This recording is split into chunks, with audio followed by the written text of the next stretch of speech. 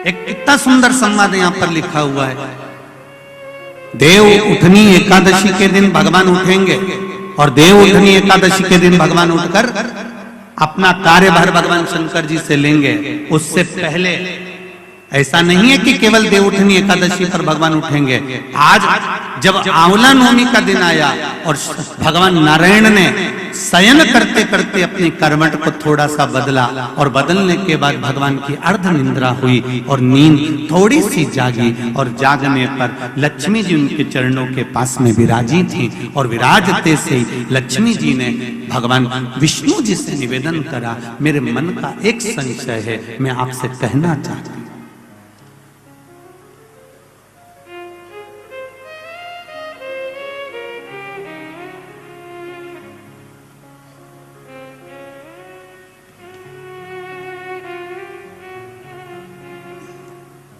यह हमारे मन का भाव है कि हम भगवान को देव सोनी एकादशी पर सुलाते हैं और देव उठनी पर उठाते हैं। पर हमारी श्रीमद् भागवत कथा कहती है, शिव महापुराण की कथा कहती है, अग्नि पुराण, पद्म पुराण, नर्मदा पुराण हमको वर्णन करती है, एक क्षण की निंद्रा ब्रह्मा जी को आई थी और ब्रह्मा जी की झपकी एक क्षण की लगी थी और हाथ से वेद नीचे गिर गए थे। वेद नीचे गिरे, हयग्रीवा ने धारण कर लिए और चारों तरफ पानी पानी हो गया और पूरी पृथ्वी पानी में, जल में मग्न होने लगी। जरा विचार करिएगा, एक क्षण की निंद्रा ब्रह्मा जी को आई और वेद हाथ से चले गए और पानी पानी हो गया। और हम कहते हैं कि देव सोनी एकादशी पर देवता सोते हैं और देव उठनी पर उठते हैं। अगर 4-6 महीने जम के अगर वो सो गया तो एक भी नहीं दिखेगा भीखण का,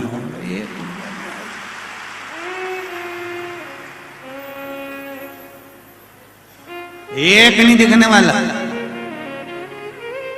फिर तो लोग कहेंगे सियोर कहां गया और भीखण गांव कहां गया।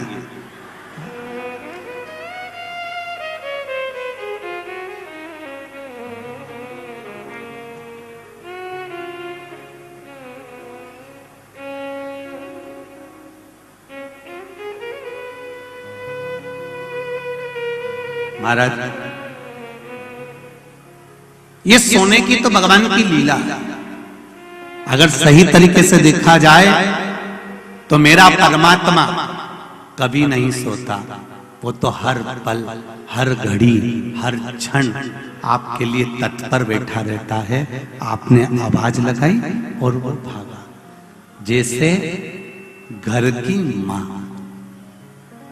छोटा सा बच्चा पास में सो रहा है, पिताजी भरचक नींद में सो रहे हैं, भर्राटे घुर्राटे भरते।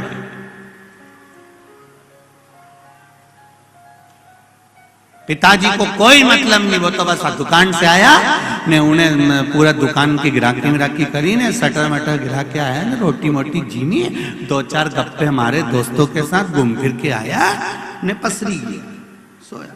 और वो सोया और सोते ही फिर तो रात भर जम के सोया ने, सवेरे उसकी नींद खुली।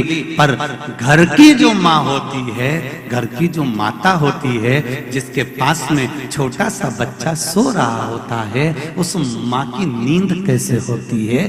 बस बच्चा, कोई माँ का बच्चा अगर इंजेक्शन लगवा कर आया है, कोई सुई लगवा कर आया है, कोई टीका लगवा कर आया है, तो माँ गोदी में ही रात भर लेटे लेटे बैठे बैठे निकाल देती है, उसकी नींद नहीं हो पाती।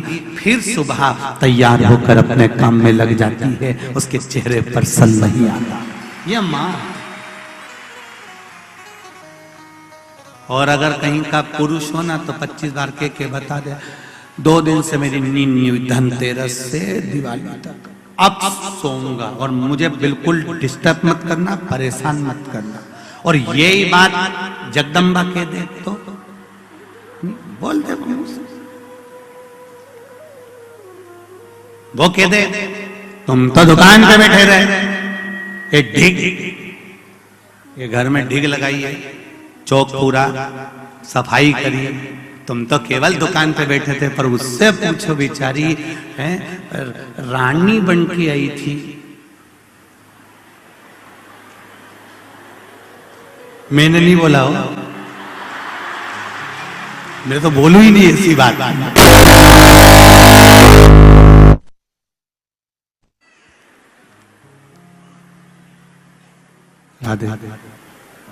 ऐसी बात अपने को नहीं बोलना हो, तुम तो समझ जाओ बस ये सारा में। रानी बन के आई थी,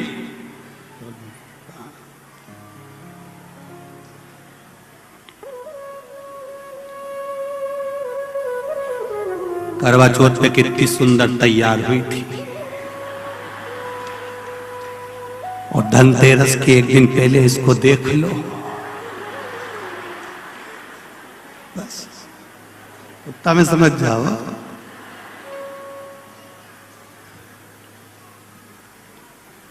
फिर तो छोरा छोरी भी जरा सा अगर पांव धर दे नहीं लिपा हुआ पे, तो फिर थोड़ी सी देर में जगदम्बा काल रात्रि बन सकती है।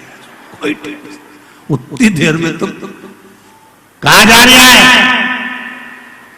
उनंग से निकाल, इनंग पांव धर दिए तोड़ी थोड़ी होने। इसने छोरा के नहीं किया, वो नहा के आ रहा था नहीं बेरू, क्योंकि सारा में कह दिया इधर दर मत देना, ये तो तुम सोच लो। छोरा सुना कि नहीं सुना, उन्हें बाथरूम में सुन लिया कि इधर से निकल के नहीं जाना, उतना दूर से।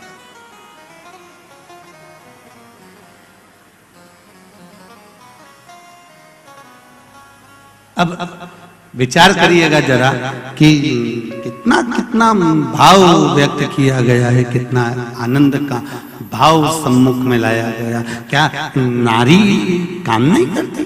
करती है। क्या उसको थकान नहीं होती? होती है, तुमसे ज्यादा होती है।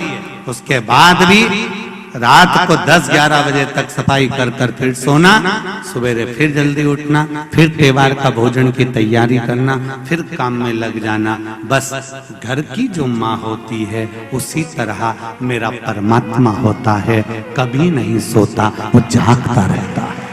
जागता, वो परमात्मा।